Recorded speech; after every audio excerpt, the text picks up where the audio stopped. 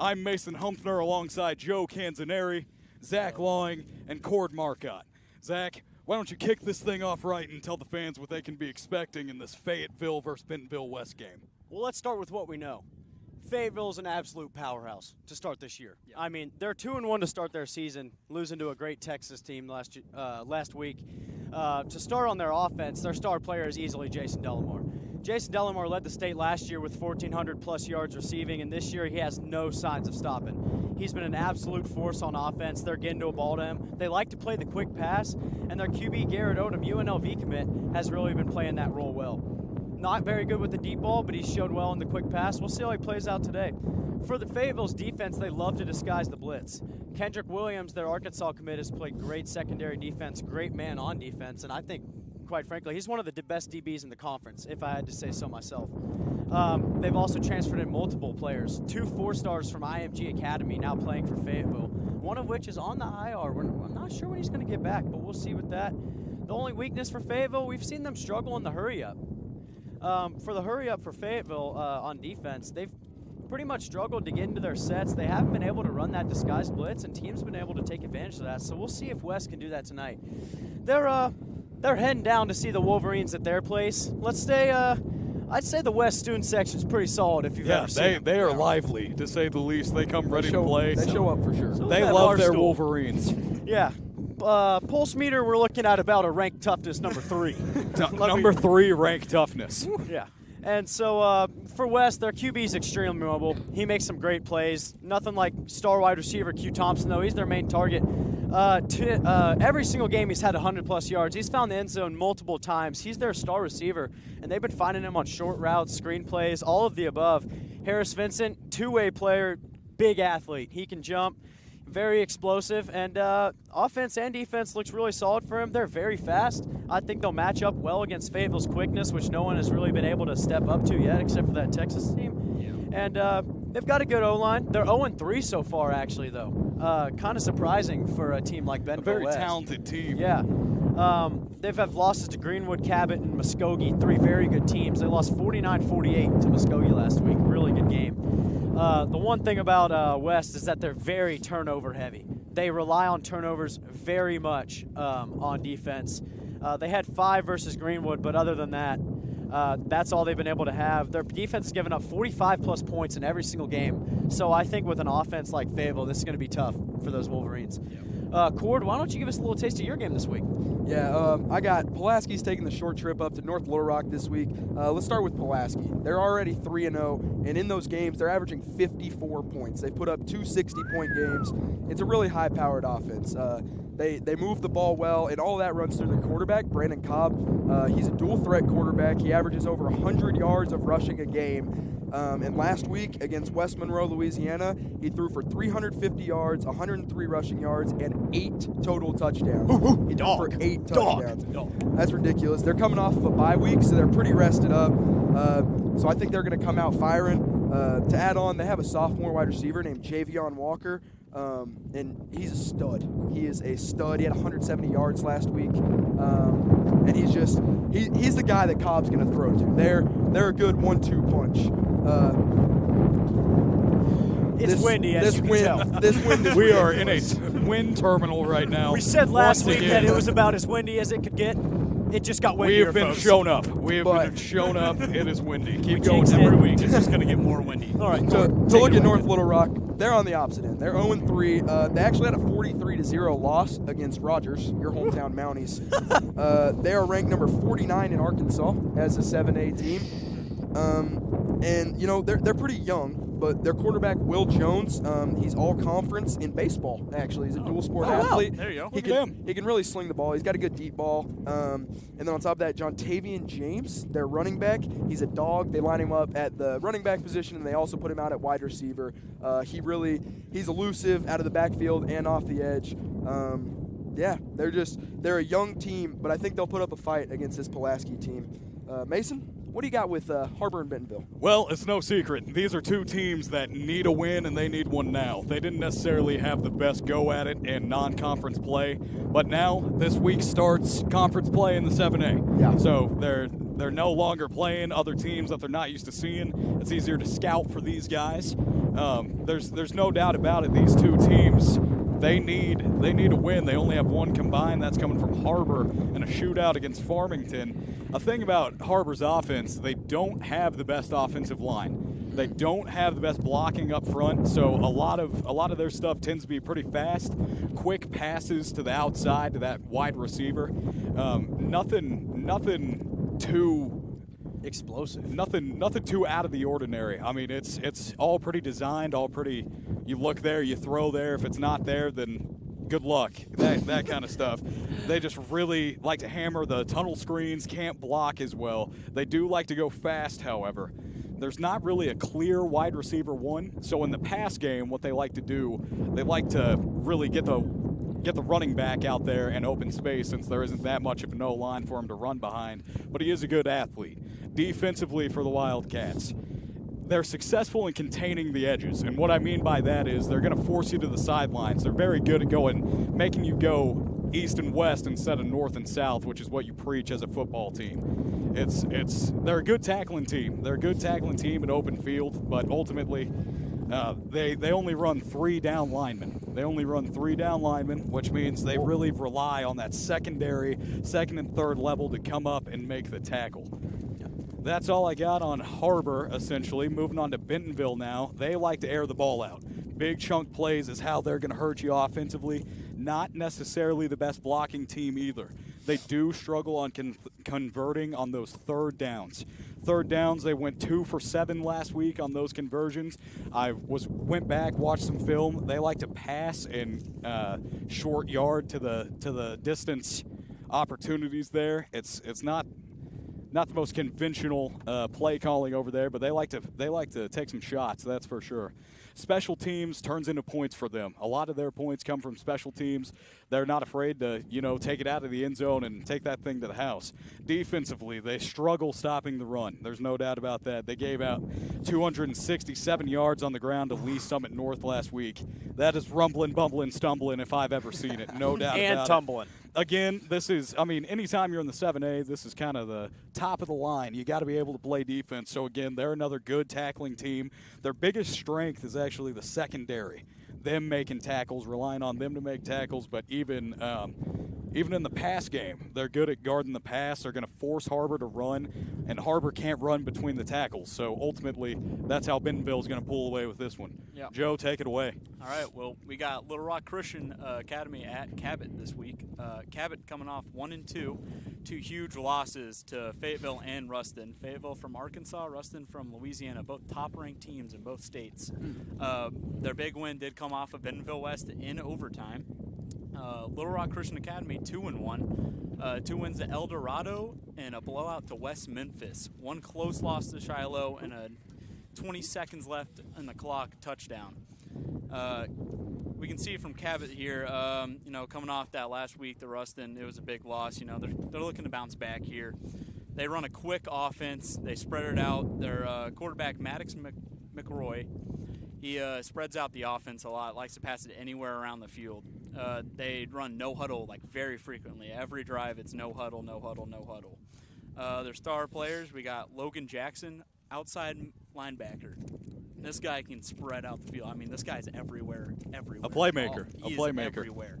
And we got strong safety David Liddell. Very smart player, plays coverage. He knows when to attack, when to stay back. I mean, this guy knows how to do it. On offense, they are heavy rush with short passes. Goal line inside the 20, they're handing it off to their dude. They're letting it rip. 3 forced fumbles against Fayetteville on the defensive side, but they have also given up 40-plus points every single week. So we're looking at a very weak defense. Yeah. Looks like 1-2 star players, and everyone else is kind of just there. We looking at a shootout here, more than likely? I don't know. I think so. Just sounds like this one might be a little bit lopsided. Yeah. Okay. They're going to have to keep up with the high-scoring offense of Little Rock Christian. It's hard to do. And I think the key on defense for them is they're going to have to put pressure on the quarterback there. They're going to have to get him. He's kind of newish. They're going to have to put pressure on him. Can't let him just have free passes because he's going to make them. Now for Little Rock Christian, their offense loves the motion. They do tons of it. They're trying to confuse the defense. They run a lot of RPOs. on the goal line, they have this thing called the big package. Oh, Biggest dudes on the team. They put them out there. They hand it off to their big old running back, and then he gets it in there almost every time. Sounds like me and Joe on a Friday night. Yeah. Whoa. I mean, Jackson Ward, their running back here, big dude, strong. He is patient. He knows how to hit holes. Kemp Keller, their quarterback, he's new. He played behind an Auburn quarterback right now. Played in the All-American game, Walker White. That guy was an absolute animal. It seems like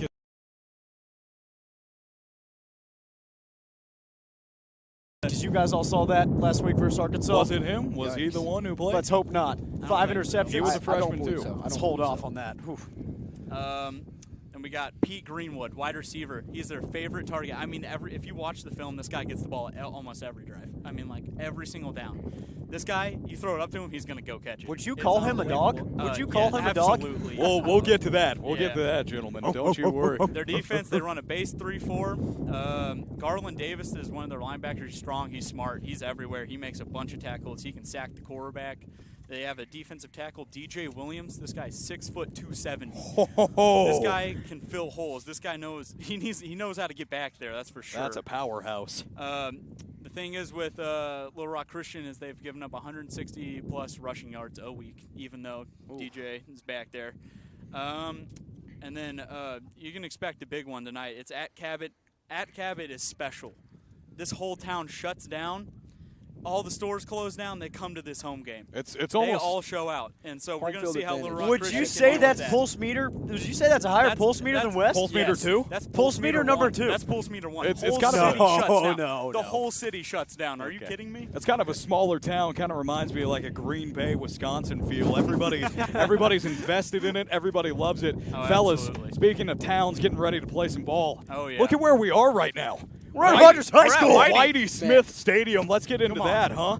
Rogers offense. We've seen it week in, week out. Get the ball in Jeff Regan's hands and let him make plays. But that's not the only thing coming out of the backfield. We got Jack Harrell. We got Kevin. We got people back there, and we got something for you.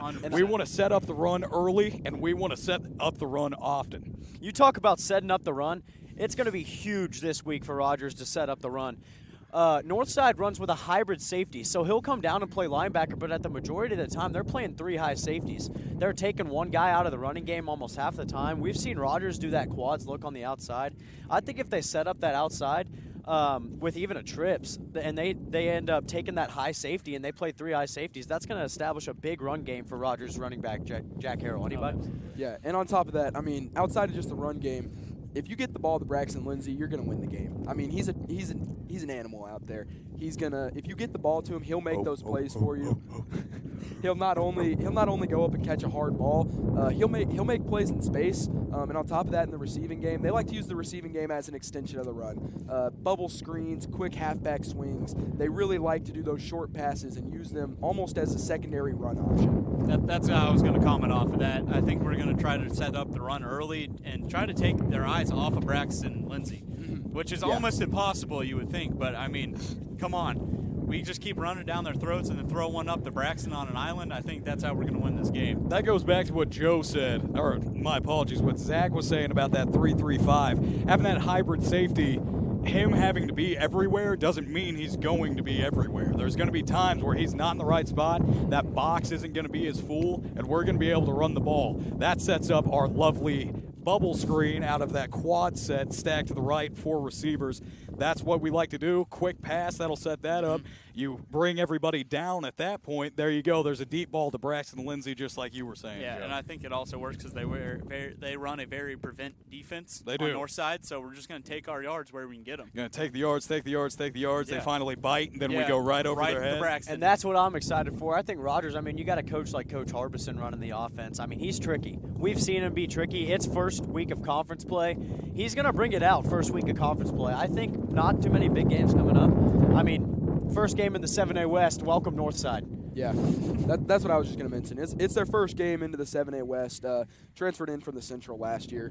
There's got to be some emotions with that, some excitement, some energy coming into that. And not only that, they're coming off of a win and a bye week. Like, they're fresh, they're ready, they're motivated, they're excited to play this game. That's not to say that Northside doesn't have some talent. No, they do. 100%. Oh, yeah. I mean, I'm looking at that quarterback right there. Yeah, I mean, that is we're a big seeing dog. them warm up That here. is a big dog. They have Yeah. some athletes, that's for sure. A Little very KJ athletic Jefferson team. looking like. Cam Macy, Hopefully a little he's the wide receiver. He's going to be number 1 for the Grizzlies out there today, and they run a 70-30 pass-to-run ratio. They're going to be calling his number a lot. The thing with him is they know that he's their best player. There's no secret about it. They'll put him in the H-back. They'll put him out wide. They'll send him in motion. Whatever they got to do to try to confuse our Mountie defense to mix it up a little bit, that's what they're going to do. I mean, when you're toting 6 D1 offers around, that's what you're going to do as an offense. Yeah, You're going to get him the 61 ball. offers on that guy, and they know it. That's not a secret. That's not a secret by any means. They like to get him out in space due to their line not being the best. That means they can't always sit in the pocket, have time, get a pass to him. So like I said earlier, they'll put him in that H-back spot or either put him in motion. There you go. That's a way to get the ball in his hands. Watch out for Cam Macy, wide receiver number 1 tonight. Yeah, and Mace, you talked about Cam Macy, and he's athletic and he's a great player, but this whole team is athletic. You talked about the smaller, not as great O-line, but this team, if they can get the ball moving, they're going to make plays in space. Yes, they are. They're very Yes, athletic. they are. They know how to move. They're quick. They're speedy. They really know how to make plays happen out of nothing. Yeah, and on the Rogers defensive side, Nesto, last home game, kind of devastating, got hurt in the first quarter there. Looking to have like a bounce back game here at home to show the fans that what he's all about. I mean, this guy is strong. He's going to get to the backfield. Hopefully he makes a mess out there. You know what I'm saying? Yeah, I couldn't have said it better myself. There you go, Joe. Now, we're going to move on to our next segment, and Joe, I think you'll like this one particularly. We had a very we got some We lost papers papers, airborne. baby. No, that's all right. Hey, don't we need it, had don't a need we it. had a very critical fan last week by the name of Rex Kraut call you out for saying the word dog 38 times. So instead of well, apparently dog is what he's saying. You said it 38 times, so instead of, neglecting that, we're going to embrace it, and now we are introducing Dog of the Day. So the way we like to think about it here at the booth is there's not an I in team, but there's an I in win. So what we're going to like to do here is we're going to like to highlight a difference maker in some of our games.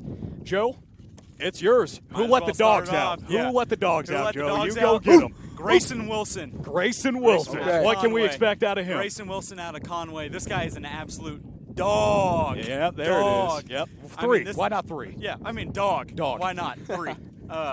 So this guy, insane passer at Conway. He knows where to do it. They got an insanely talented team at Conway. I think he's going to obviously make a mess out there. He's going to win the game for Conway easily. Zach, is it you? You know what? I'll take it. Give me Braxton Lindsay as Dog of the Week. Braxton Lindsay, hometown legend. Coming off a recent offer from Stanford. He also has offers from Duke, other D1 schools. This boy's a jumper. He's going to go up and get the ball. You know what? I'm taking the over on 1.5 receiving touchdowns for Braxton Lindsay tonight. Okay. Is that line from Vegas, Bet MGM, or Yeah, something like that. Underdog. DraftKings. Underdog's Somewhere with that line. Underdog? Oh, I was Okay, must jumping be a around good for a deal second. then. Plays both sides of the ball. One of the best DNs on our team, on the Rogers team, actually. He proved to be a solid player on both sides of the ball. He was Player of the Week versus Sheridan last week, and I don't know if you boys watched that overtime episode. Oh man, But that coach was emotions furious flying. when Braxton got in the backfield 3 plays in a row. We'll check him out tonight. You let me know, but I think this guy's Dog of the Week. Cord, My dog, I already mentioned him. He's in my game. Pulaski at North Little Rock. I'm going to go with Brandon Cobb. He's a great dual threat quarterback. He can throw the ball deep. He's a very accurate passer. He runs like his legs are insane. He rushes, like I mentioned earlier, rushes for over 100 yards a game. Fast like Jimmy Jones. But here's why I'm going to take him. I'm going to take him because last year he throws with his right hand. He's right hand dominant. But he broke his left arm. He had a cast on his left arm. Ooh, cast on the left arm. And he still played. No. He threw for 529 yards Am I and hearing 4 you right? touchdowns. Wow. That's why I'm taking him. Without a left arm? He's got the heart. He's very good, and nothing's going to hold him back from having a great game. That is a fierce competitor. Yeah. Now, my dog comes from the same same kennel, if you will, as Okay. Zach's dog. I'm getting a little home cooking on this one. Ooh. I'm going with linebacker Corbin Norris. Yeah. He Oh, had an Corbo. excellent game last week in that same Sheridan-Rogers game that we talked about. He was also featured in that kind of blow-up of emotions on the opposing sideline. He had a pick six, a couple sacks. I think that's he's just gonna keep riding the roller coaster, and he's gonna ride it straight to victory here at Mountie Arena. Not Mountie Arena, Whitey Smith Stadium. Oh, There this is you go. football. I've been all over the place. Yeah. Now, coming up, we have the one, the only athletic director of Rogers Public School District, Mr. Wilson, joining us. But before we get into that, we're going to ship you away to Cord segment, Kicking It with Cord. Let's see what we have in store there. Go get him. Kick a field goal. Go get him.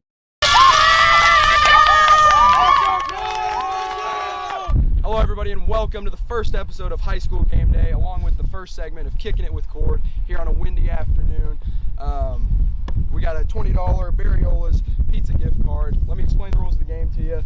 So, Colin here is going to kick a field goal from the 10-yard line. If he makes it, he gets this $20 Barriola's gift card. But on top of that, if he makes it, he gets a chance to do double or nothing. So, let's meet our contestant.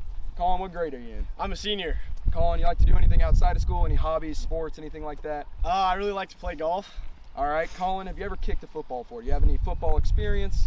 No football experience, but I have kicked a football before. All right, what's your confidence level on a scale of 1 to 10? I got a lot of respect for kickers out there, but this is only a 20-yarder, so give me an 8. All right, you understand all the rules of the game? I understand. Yep.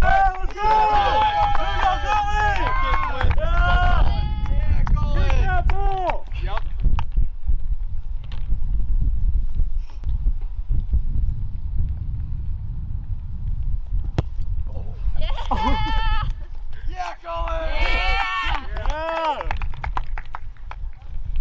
Colin, so you didn't make it, but we're going to thank you for coming out, man. We hope you had fun. We hope you enjoyed yourself. Alrighty. Maybe one day you'll get redemption, but thank you so much, man. Thank you, guys. Back to you guys at the desk.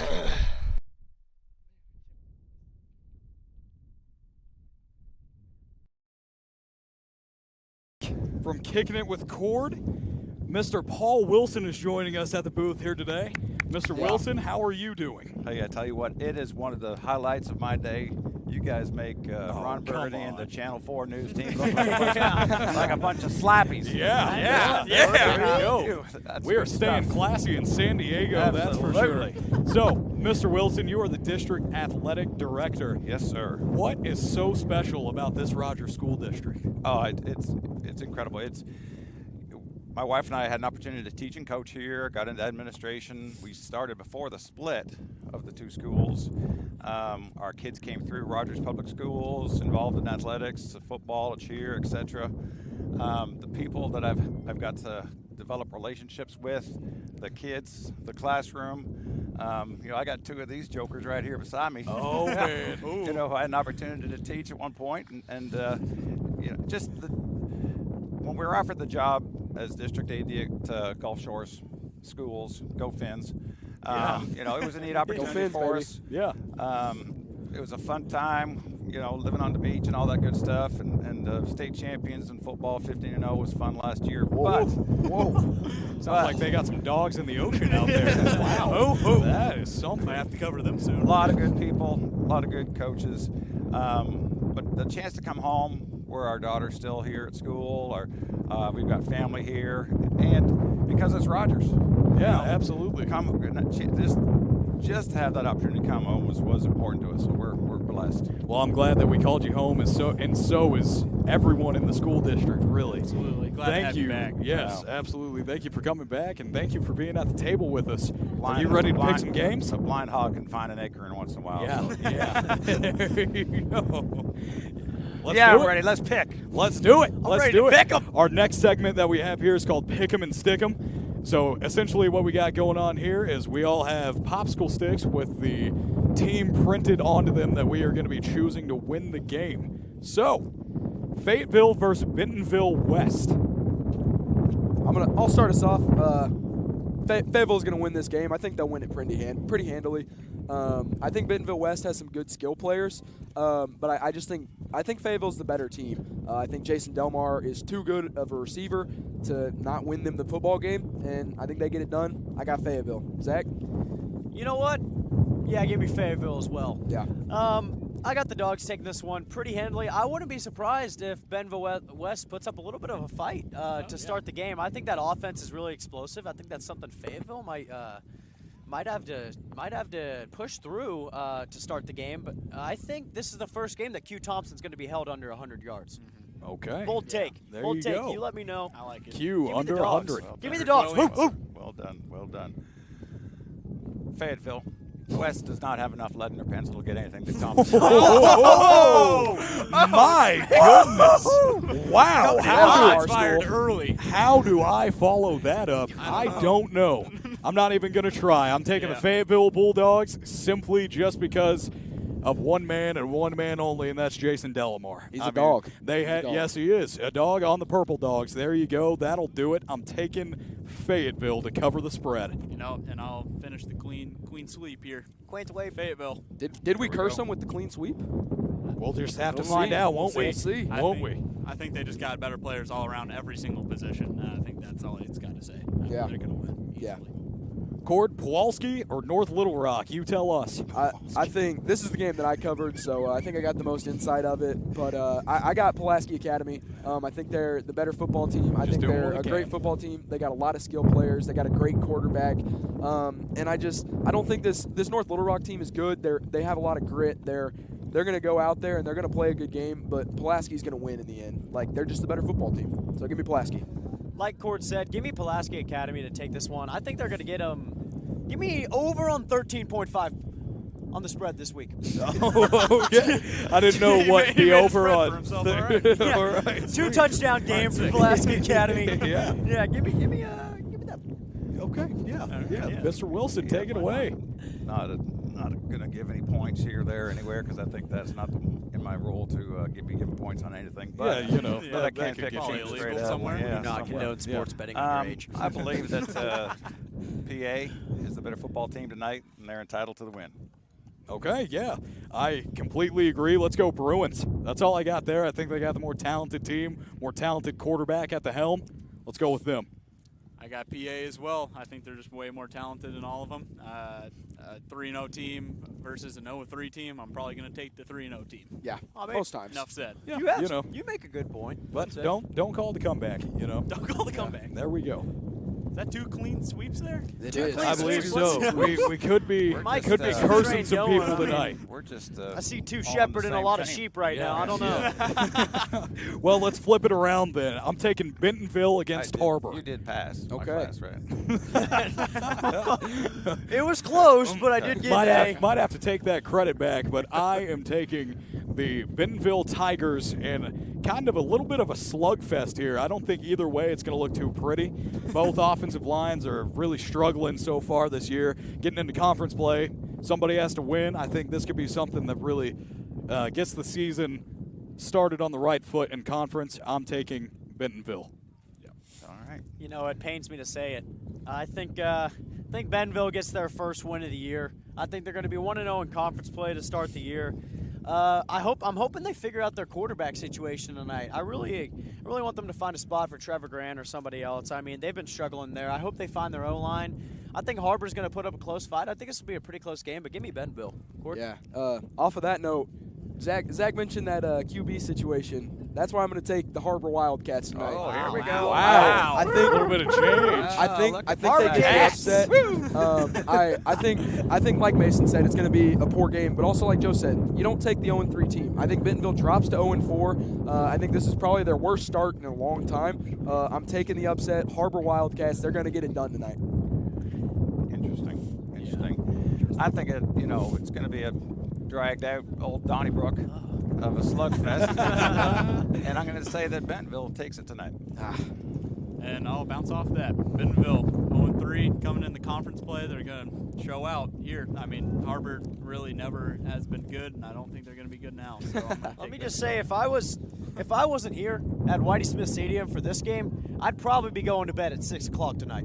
I wouldn't be Okay. watching this Harbor Wildcat Bentonville football game. Okay. It's It's going to be However, this next game we got Cabot and Cabot and Little Rock Christian is one you want to tune in for. I think it's going to be a really tight game. I do.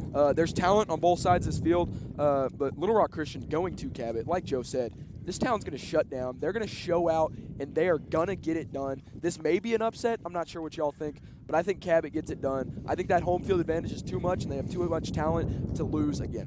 Give me Cabot. Cabot! Give me Cabot. Give me Cabot to take this one. I mean, I think, you know what? I'm going to keep the spread line going. Give me Cabot over 3.5 point win. This is going to be a good game for them. Well, and I think they're fortunate gonna son coming on here. There you go.